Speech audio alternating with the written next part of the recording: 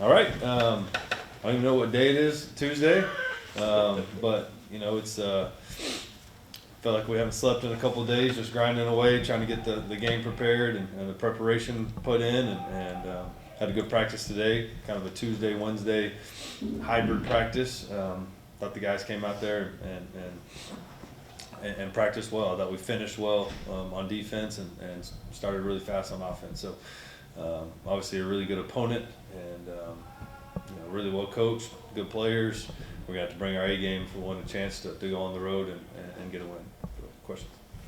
This is one of a handful of weekday games that you've had this year. Yeah. How much of a wrench has that thrown into the system at all, as far as preparation and everything? Yeah. And how much do you feel that's prepared you for right now? I mean, you've done it a handful of times this season already. Yeah, we've definitely done it a handful of times, and it is different, and it is unique, and I probably only had that one other time in my career. So it is what it is, but it's obviously anytime you have a short week, it's tough on your bodies for the players, and then mentally the coaches grinding away and getting the game plan prepared, and same with the players too, cramming information and especially when you got an offense and a defense and really a special teams that's very unique in what they do and throw a lot at you. So it's definitely a challenge.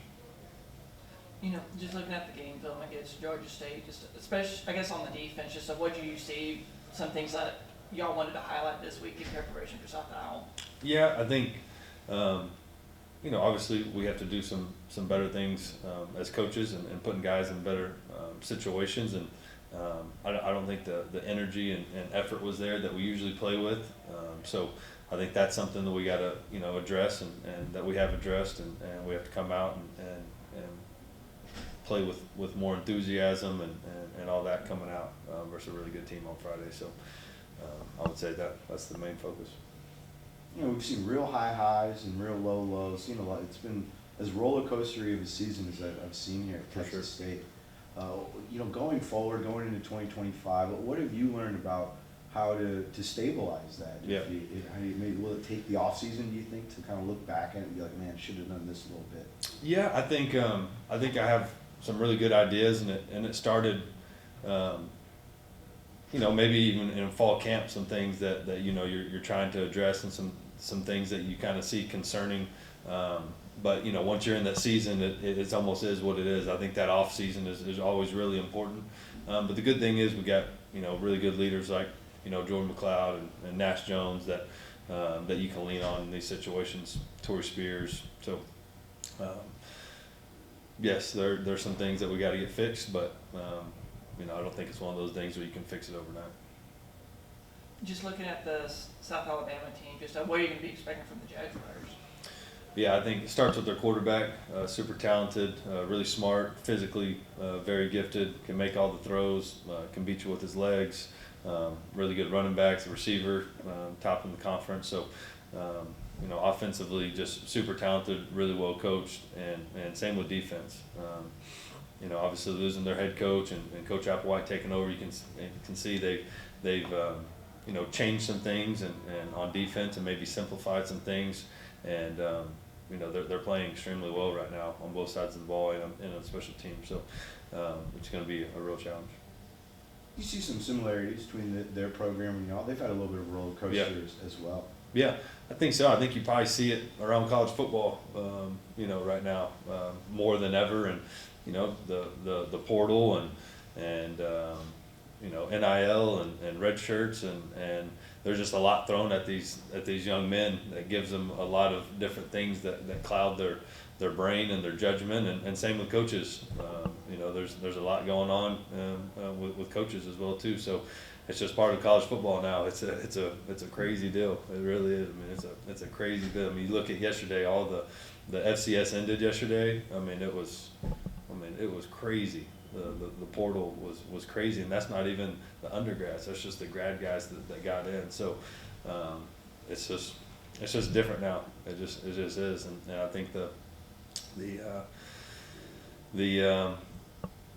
ups and downs. It's something that I think you got to continue to address recruiting and making sure that you know, you're doing everything right in the off season and in season, and it's just so hard. Like spring ball, like what guys do you have? You know, I know talking about spring game, like Ole Miss plays basketball during their spring game because you don't even know who's going to be here, you know, in the spring and who's going to be here in the fall. So just so different than, you know, when I was playing and it was mat drills every day and you're grinding it out and building that chemistry, where now it's like, you know, this guy doesn't get the money he wants, he's probably going to be gone in May. So why even do all that?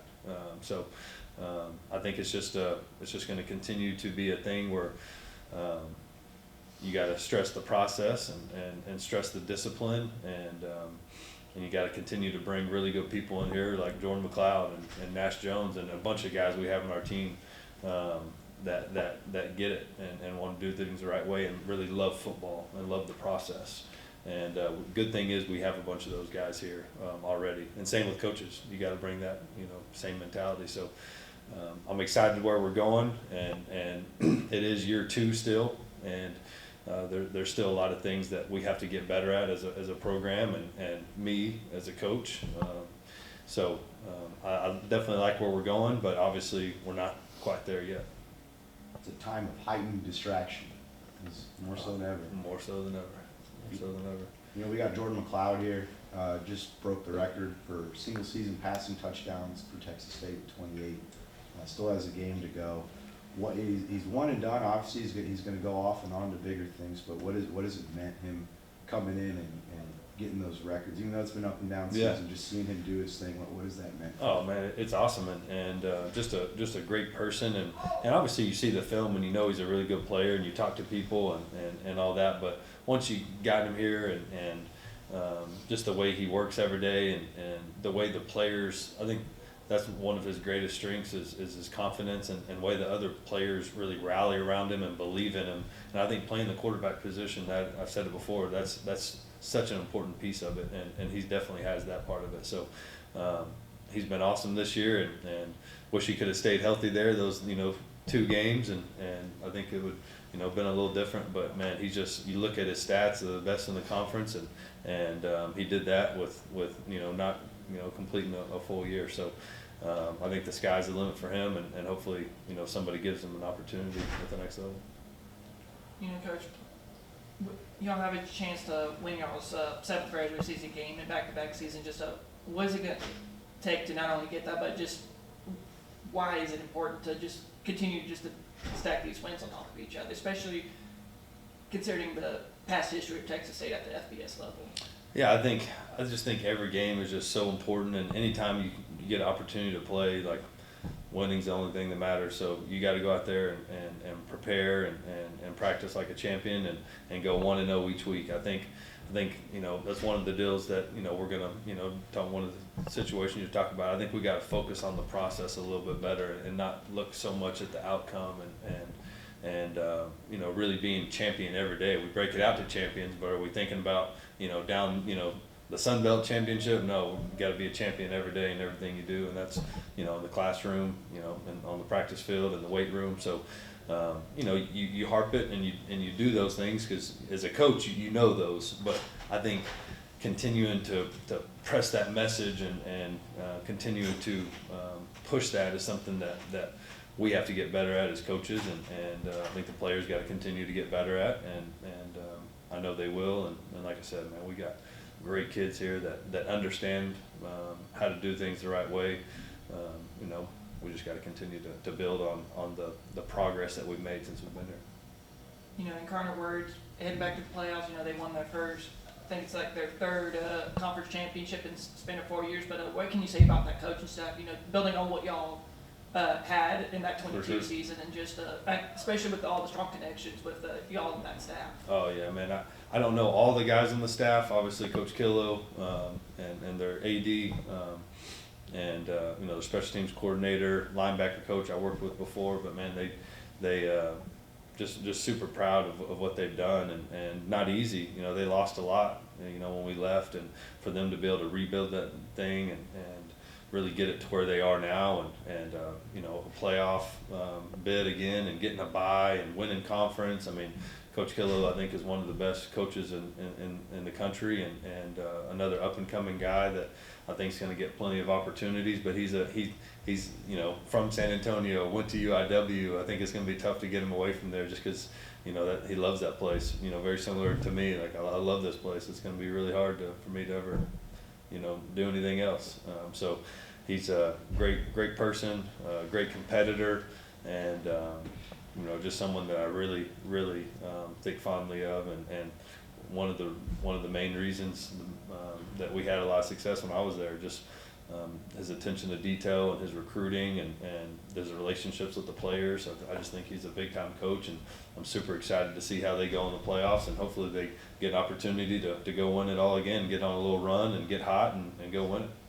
Yeah. One more, do you have it? Joey Holbert. Oh, I'm sorry. Go ahead, Coach. I mean, Go for it. You're good. I got time. Joey Holbert, is he? We saw him. He was out last game. Thinking he's gonna be back Yeah, this yeah, week? he practiced yesterday and today, so feel really optimistic about that. But, you know, it's always game time decision probably, but feel optimistic. Don't want to get too far ahead of ourselves. Coach, I just want to see if you had a quick comment about, I happened to be watching the Sun Belt volleyball tournament the other Yeah. day. Coach Sean Hewitt and Yeah. his team winning the Sun Belt volleyball championship. Yeah. Yeah. Comment on that. I know you coaches are pretty close around here. So. Oh yeah, just Yeah. super excited for them. Anytime you can win a championship, I mean, I think it makes everybody proud. I know it made our coaching staff here in the football department proud, and Don and Kelly. I mean, it's just it's special. Anytime you can win at that level, it's really cool. So just super proud of them and everything they accomplished.